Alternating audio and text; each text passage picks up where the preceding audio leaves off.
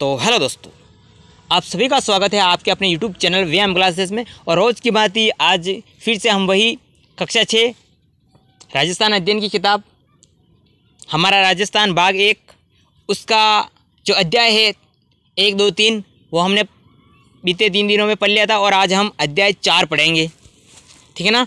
हमारा राजस्थान किताब राजस्थान अध्ययन की जो किताब है हमारा आसान कक्षा 6 की उसका पार्ट 4 पढ़ेंगे, जिसका नाम है राजस्थान में प्राचीन सभ्यता स्थल।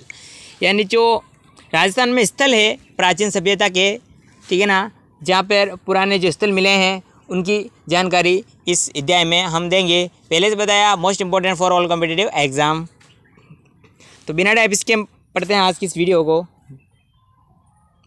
तो देखिए, मानव जब स्वयं के बारे में सोचना छोड़कर दूसरों के बारे में सोचना शुरू करता है तब वह समूह में रहकर कार्य प्रारंभ करता है। इसी से सभ्यता की शुरुआत होती है।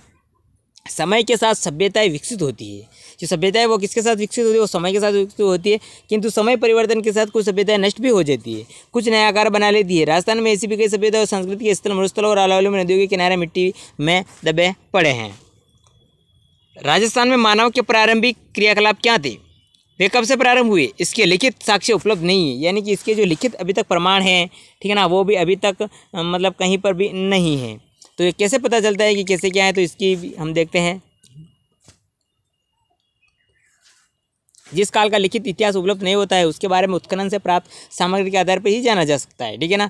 यानी जिस काल का लिखित इतिहास उपलब्ध नहीं होता है उसके बारे में उत्खनन से प्राप्त सामग्री के आधार पर ही जाना जा सकता है। उत्खनन से प्राप्त हुए प्राचीनतम साक्ष्यों में आवास स्थल, लकड़ी, अनाज, हड्डी और पत्थरों के अस्त्र-शस्त्र को उपकरण प्रमुख है। चूंकि प्राप्त उपकरणों में पत्थरों के उपकरणों की संख्या अत्यधिक है, अतः प्रारंभिक युग को प्रस्तर युग कहा गया है।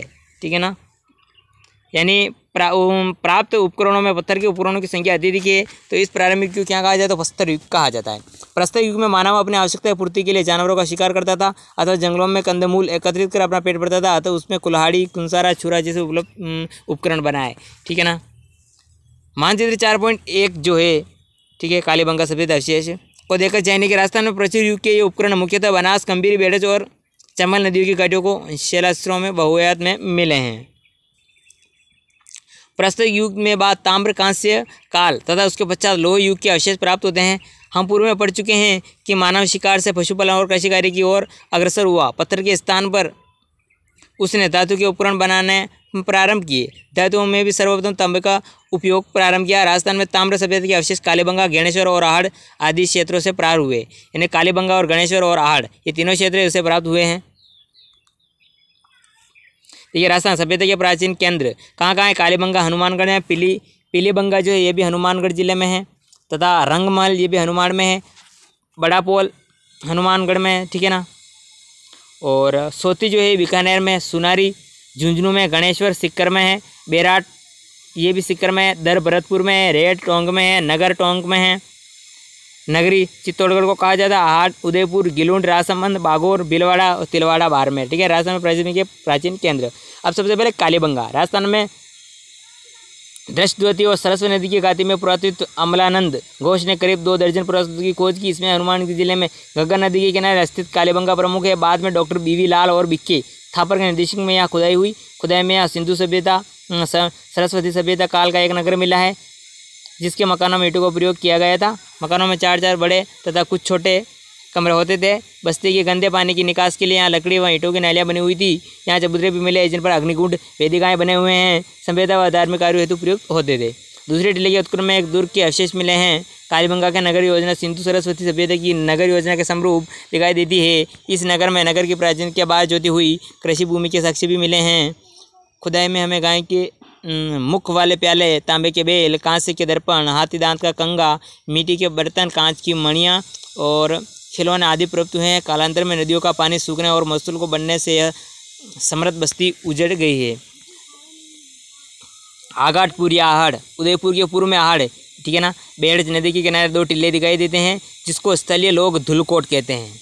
यानी धुलकोट किससे कहा जाता है? उदयपुर के पूर्व में आहड़ बेड़ज के किनारे 2 टिल्ले दिखाई थे, जिसको स्थानीय लोग इसको धुलकोट का। यह बस्ती पहले ताम्बावती के नाम से जानी जाती थी।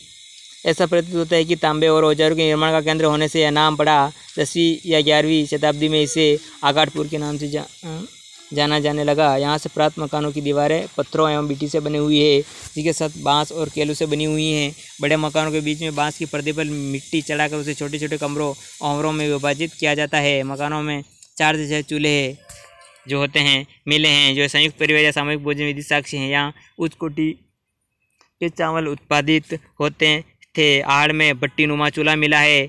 इससे यह माना जाता है कि यहाँ तांबा पिघलाया जाता था। आहड़वासी बर्तन बनाने की कला में दक्ष थे।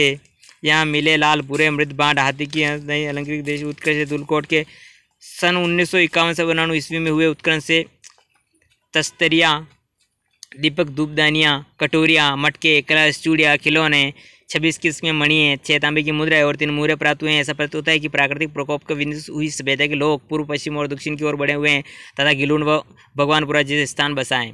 कौन कौन से? गिलुंड व भगवानपुरा, ठीक है ना। अब है बालाथल, उदयपुर जिले की वल्लभनगर तहसील के वालापल में मिली सभ्यता। पहले बाल देते बालाथल है कहाँ, तो ये उदयपुर जो जिला है उसके वल्लभनगर जो तहसील है उसमें है, बालाथल में मिली सभ्यता। ताम्र पाषाण कालीन आहड़ संस्कृत संबंधित है। यहाँ 11 कमरों के बड़े भवन एवं दुर्ग जैसे चिन्ह भी प्राप्त हुए हैं। बालाथल में तांबे के चाकू, कुल्हाड़ी, छेनी, बाण जैसे उपकरण तथा कर्णफूल, गले के हार के लटकन आदि आभूषण मिले हैं, ठीक है ना। यानी राजस्थान में किस जिले से गले की हार की लटकन जो होती है वो आभूषण मिले, तो यह बालाथल से मिले, उदयपुर के वल्लभनगर तहसील से, ठीक है। यहाँ के निवासियों में मिश्रित अर्थव्यवस्था प्रचलित थी। कृषि, पशुपालन, शिकार तीनों आजीविका साधन थे। बालाथल में लोह काल के अवशेष भी प्राप्त हुए हैं। यहाँ लोहा गलाने की भट्टियों के चिन्ह मिले हैं। बैराट के अतिरिक्त बालाथली ऐसे स्थान है जहाँ बना हुआ वस्त्र प्राप्त हुआ है। अब आता है गणेश्वर सभ्यता, ठीक है।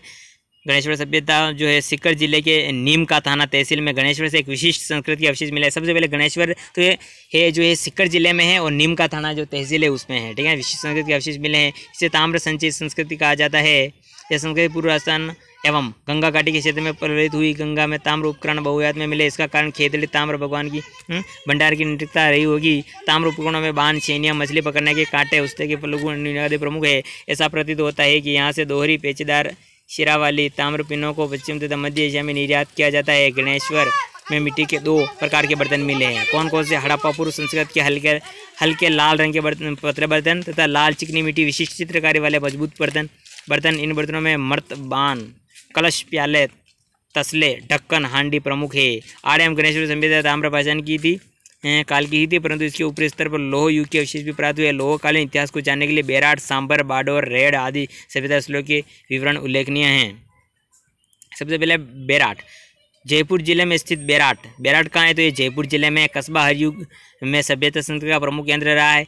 इसकी बिज्जे की पहाड़ी और भीम डूंगरी पुरातत्व की दृष्टि से महत्वपूर्ण है। महाभारत में इसका उल्लेख मत्स्य जनपद की राजधानी विराटनगर जो थी के रूप में हुआ है। यहाँ पांडवों ने अपने अज्ञातवास के अंतिम दिन व्यतीत किए थे। मौर्य काल में भी यह प्रमुख केंद्र था। यहाँ अशोक के 2 स्तंभ, लेख, बाबरू या बैराट शिलालेख एवं बौद्ध मठ के अवशेष प्राप्त होते हैं। यहाँ कमरे में 36 चांदी की मुद्राएं मिली हैं, जिनमें 8 पंचमार्क एवं 8 भारतीय यूनानी शासकों की है। खुदाई में स्वास्तिक तथा त्रिरत्न चक्र के चिन्ह युक्त अलंकृत गड़े, दीपक, नाचता हुआ पक्षी, पत्थर की संदूकें, लोहे की किले एवं हाथ से बना हुआ वस्त्र भी मिला है। उपयुक्त स्थलों के अतिरिक्त राजस्थान में भीलवाड़ा जिले के बागोर, ओजियाना, जयपुर जिले में स्थित सांबर, जोधपुरा, टोंक जिले में स्थित नगर रेड, चित्तौड़ में नगरी, भरतपुर में 9, जालौर में भिनमाल, राजसमंद में पचमता, ठीक है, पचमता, गिलुंड आदि स्थल पाषाण, ताम्र पाषाण तथा ताम्र लोह काल की संस्कृति को प्रकट करते हैं, ठीक है। अब देख लेते हैं शब्दावली। उत्खनन का मतलब होता है खुदाई, जहाँ पर उत्खनन किया जाता है मतलब खुदाई की गई है, ठीक है। मृदपांड का मतलब होता है मिट्टी के बर्तन और पाषाण का मतलब होता है पत्थर, ताम्र का मतलब होता है तांबा। निम्न किस जिले में कालीमंगल हनुमानगढ़ में है। अशोका बाबरू शिलालेख निम्न से कहाँ प्राप्त हुआ? बाबरू शिलालेख बैराट, ठीक है। तो ये कुछ महत्वपूर्ण थे। पार्ट 4 आज हमने पढ़ा था जिसका नाम था राजस्थान में इतिहास के मतलब प्राचीन सभ्यता स्थल, ठीक है ना। कल हम अध्याय 5 पढ़ेंगे। उम्मीद करता हूँ आपको ये अध्याय अच्छी तरह से समझ में आया होगा। Thanks for watching full video.